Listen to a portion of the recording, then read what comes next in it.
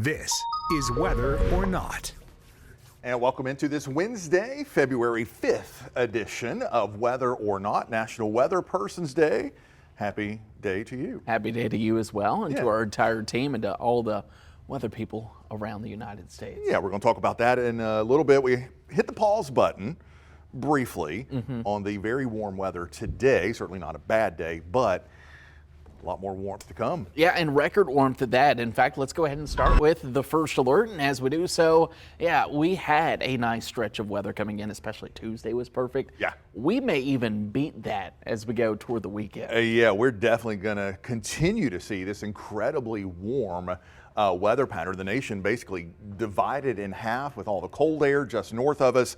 We're basking in that warm air, especially as we head through the rest of the week into the upcoming weekend. And as you mentioned, yeah, that's going to get us awfully close to record territory, even in the Grand Strand. We did it on Tuesday. We got really close, within 1 degree, North Myrtle Beach. 79 on Tuesday. The record was 80. And I'll tell you, I really think this could be a big factor on, is there a lot of sea fog around in these next couple of days? And what is that wind direction like? We keep the sea fog offshore. These temperatures may be a little too conservative. Some of the models coming in a little bit warmer, but I do believe we'll have at least one, maybe two records in the Grand Strand, possibly tied or broken. And warm all the way through, not only for Myrtle Beach, but for Florence as well. Look at Sunday, 77 degrees. There's been some trends even throughout the day today, pushing temperatures maybe in the lower 80s. And I wouldn't be surprised, especially considering that on Tuesday we saw Conway and Florence, I believe, hitting that 80-degree mark. If we get enough sunshine, and as you mentioned, if we can keep the sea breeze and the sea fog out of here, these temperatures definitely could potentially be in jeopardy. I don't think we're Thursday, Friday, Saturday, I don't think we're quite that warm those days, but certainly unseasonably warm, well up into the 70s, and still kind of hard to believe that 2 weeks ago we were talking about snow and ice, and now we're talking about record high temperatures, but no complaints, but enjoy it while you can. Yeah, we're flipping the script completely as we go into next week. We'll have a cold front that will slide through. That's going to be coming in Sunday night. So look at all that warmth that slides in. Then the cooler and unsettled weather will work down from the north and push its way into our region. And by cooler weather, yeah, we're talking 50s beginning to show back up. Yeah, not cold, not snowy, not icy, but certainly not 70s. That temperature trend shows that pretty dramatic change. You can see those 60s and 70s tomorrow all the way through the weekend. Heading into early next week, we're into the 50s, which is seasonably cool. With that, though, we're also likely to see a couple of rounds of rain. I think next week is kind of gross. Yeah, I think we could have a lot of gloomy days, a lot of much needed rain. We've been talking about how really we haven't had a lot of rainy days, and we could catch up on that as we go into next week. All right, let's go today in weather history, shall we? Let's talk about some of the cold. February 5th. How about you made this? Is this minus 11 or is this 11 degrees? Sorry, yeah, that's 11 degrees. Yeah, not minus 11. I was like, whoa, 11 degrees in Florence sets the record for the lowest temperature in the month of February. If that was minus 11 in 1996, I was like, I lost that one completely. Yeah, no, 11 degrees. I remember February of 1996. The Carolinas were locked in with cold. We had a couple of back-to-back ice storms and snowstorms in a very, very cold stretch of weather there through most of February in 1996. As we mentioned at the top of the newscast, it's also National Weatherpersons Day. This is the trifecta of weather holidays that we talked about last week. Groundhog's Day, my birthday, and then National Weatherpersons Day. 27 looks good on you too, by the way. It. February 5th, it celebrates the birth here of John Jeffries. Jeffries was one of America's first weather observers, taking the first weather observation in 1774 in Boston. And just imagine being back in that day and saying, okay, let's explore this. Yeah. John's the GOAT. Yeah, he is. He is. It's all about him today. So the first weather observation kind of written down 1774, 10 years later, this dude's launching weather balloons. 1784, he sends up the first balloon observation he thought, we know what's going on down here now. What's happening up there? Yeah. Yeah. John's a smart guy because that is basically what everything has been transpired to be. And this is once again a day meant to recognize the people that provide America with the forecast. And I really want to also say, I know we're going to get a lot of credit for it too, because obviously we're on TV, but there's a lot of brilliant forecasters and meteorologists who aren't even close to TV. In fact, they're complete opposite probably of us. Right. Way smarter than us. Way smarter than us. And it's also a moment to recognize that, there's a lot of great weather information and great forecasters all around the world. There is no place in the world like the United States for the amount of forecasters, the amount of research that goes into meteorology and forecasting in all sectors.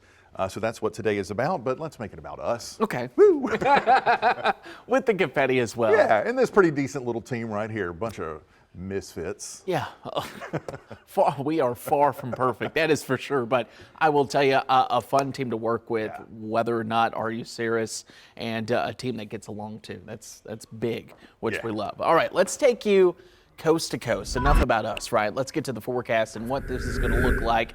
Let's start though with those temperature extremes. We think we're warm. How about 93 in Texas? Yeah. February?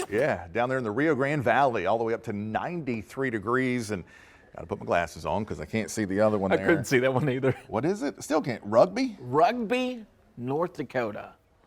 Not to be confused with the sport. 20 below zero. 20 below zero. That is your kind of weather. Do you have any kind of facts? I don't, because I literally just saw that it was rugby in Rio Grande Village across it. So let's go to the southeast, where at least I know a little bit more about the area and what we're dealing with. We'll go throughout the day. Obviously, we're talking about tomorrow. Any morning cloud cover will begin to get out of here. We'll look at a warm front to advance through the Carolinas, and that will be the start of what should be a really nice forecast here in the southeast. Temperature-wise, Jamie, some making a big run into the 80s. Yeah, look at all of that warmth. 70s all across the Carolinas, 80s in Florida, 80s all the way back into southern Alabama, Mississippi, Georgia, down into New Orleans, Baton Rouge, Louisiana, up to 84 degrees as we head into Thursday. Let's take you to the upper Midwest, and this is on the cold side of the country. Plenty of active weather there across the upper peninsula of Michigan into southern Canada. A lot of snow happening there.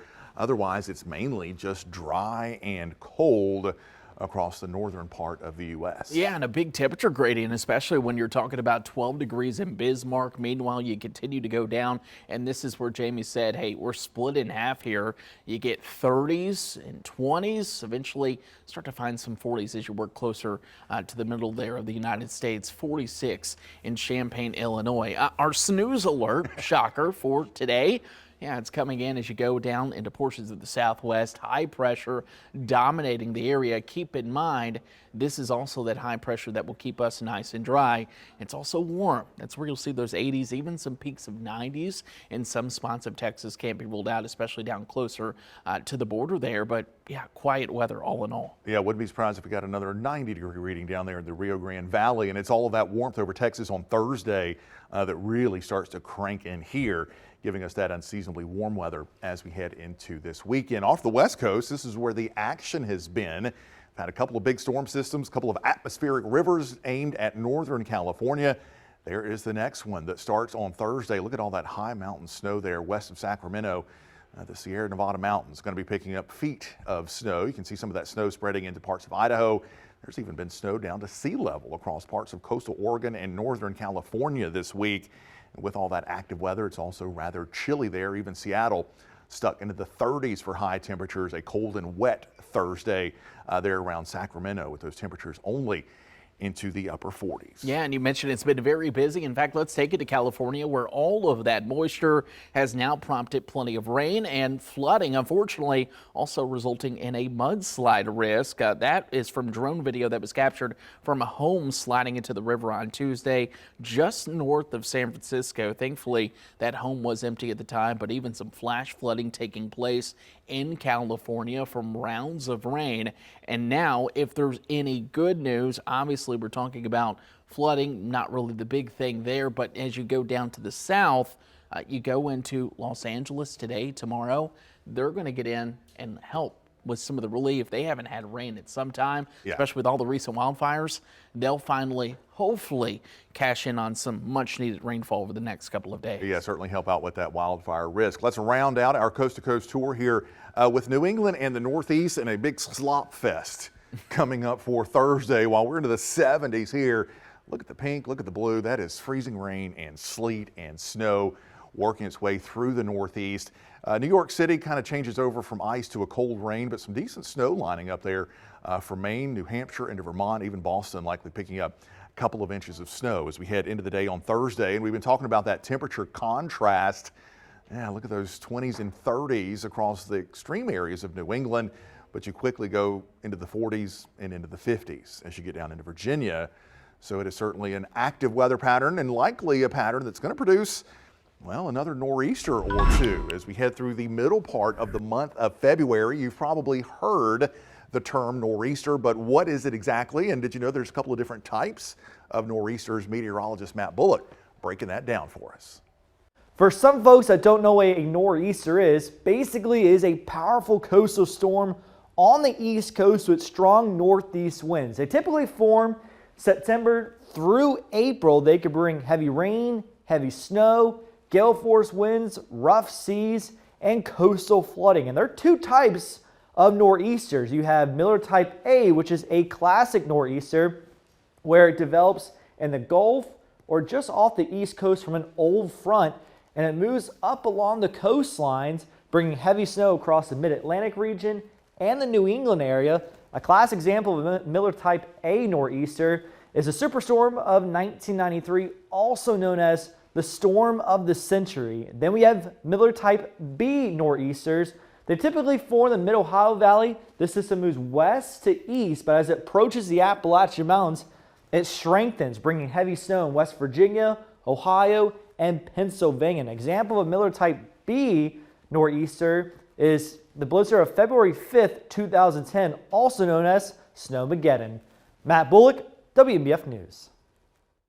As you were saying, it takes you back to the college days. The last time I've heard Miller type A and type B was probably on flashcards. Yeah. Thinking of it, I didn't live up in the Northeast, so we never talked about it. But obviously, nor'easter's very big up there. They are. And our snowstorm was a Miller A. Yeah, Miller A for the fun classic, fact for you. Classic Miller A. Let's talk about some beautiful pictures coming in the past couple of days. See it, snap it, send it. Of course, it is all about the rocket launch we had on Tuesday evening. SpaceX, the timing was perfect, and we got a great view. Yeah, this was fantastic. Honestly, I think the best case scenario was that it was delayed today because we got any sea fog that's out all the way out over the Atlantic.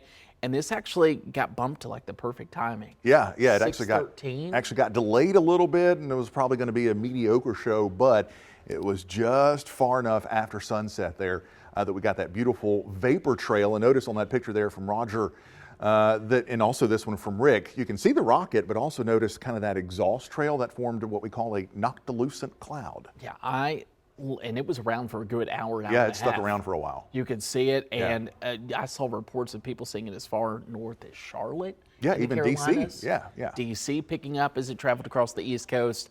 I know sometimes we talk a lot about SpaceX, but when you have one at sunset, it's good. It's the perfect combination. Yeah, sunset, sunrise, obviously going to be your best time to see it. Speaking of which, photographers, it's all going to be dependent on if we can get this rain overnight out of here. I'm not as optimistic as what I was thinking about it earlier. Some of the model data, keeping some of those clouds around for the morning. They will be pushing to the north. The question is, how much breaks in the clouds will we see? So we'll go toward the overcast here on your sunrise forecast. Hopefully, this exits a little bit earlier in a beautiful sunrise for tomorrow morning. We'll keep an eye on it. Yeah, and getting ready for the warm. So that's going to do it for today's episode. And that's going to do it for you for like a week and a half. Of course, see it, snap it, send it. If you have any photos, we'd love to see them, including Jamie when he goes up to Canada for his trip. Send them to us by downloading that First Alert Weather app. And of course, we will have another episode for you tomorrow. Jenna filling in again. Again, yeah, she's going to be in this spot, I guess, tomorrow. Yeah. Yeah. And we're going to figure What it are you guys talking about tomorrow? You know, I don't know. We'll figure it out day by day. I don't care. I'll be on vacation. Vacation with a Cosmo in his hand. You know it. You know it. So, yeah, appreciate it. Thank you for tuning into this episode of Weather or Not. I'll be back in a little while. Yeah. We'll see you soon.